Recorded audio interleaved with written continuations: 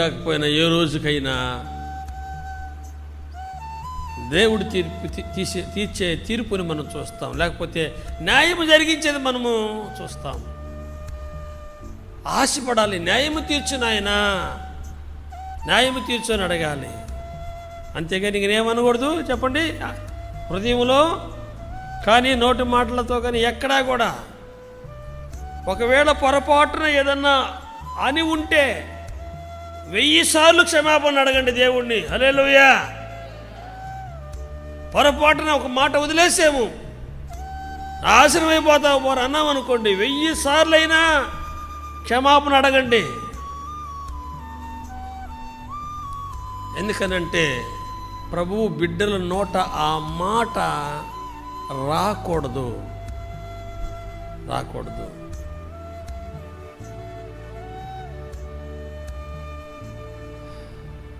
దైవత్వపు లక్షణాలు నిండుకున్న వ్యక్తులముగా మన జీవితాలలో నుంచి చూసారా, ఆ వ్యక్తి బాగు కోసము మనము వాంఛించాలి, కోరుకోవాలి, ఆశపడాలి. మనం ప్రార్థన చేయగలిగితే చూసారా, మనకు ఇస్సాకు జీవితాన్ని గమనించినప్పుడు ఈ మధ్య కూడా విన్నాం మనము. అతను గెరారులోకి వెళ్ళినప్పుడు పంట వేసినప్పుడు 100% పంట పండుతుంది, వాళ్ళకి ఎవరికి పండదు, వాళ్ళ కోపం వస్తుంది, అసూయపడతారు, ఇక తరం కొడతారు. ఏం చేస్తారు చెప్పండి, మా దేశం నుంచి పో, అవి వెళతా ఉంటాడు ప్రయాణం చేస్తూ ఉంటే. ప్రియులారా, ఎవరి భయముతో అయినా వీళ్ళు నన్ను ఏమన్నా చేస్తారు ఇకనా అన్నటువంటితో కదిలి వెళతా ఉంటే ఓ రోజు రాజే వచ్చేసాడు ఆయన కాడికి.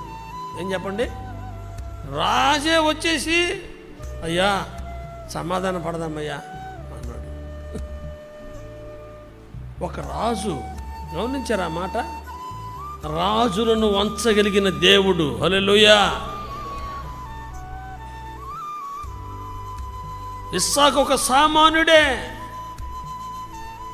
ఇస్సాకు ఒక దీనత్వం కలిగిన వాడే, గొడవైన వాడే.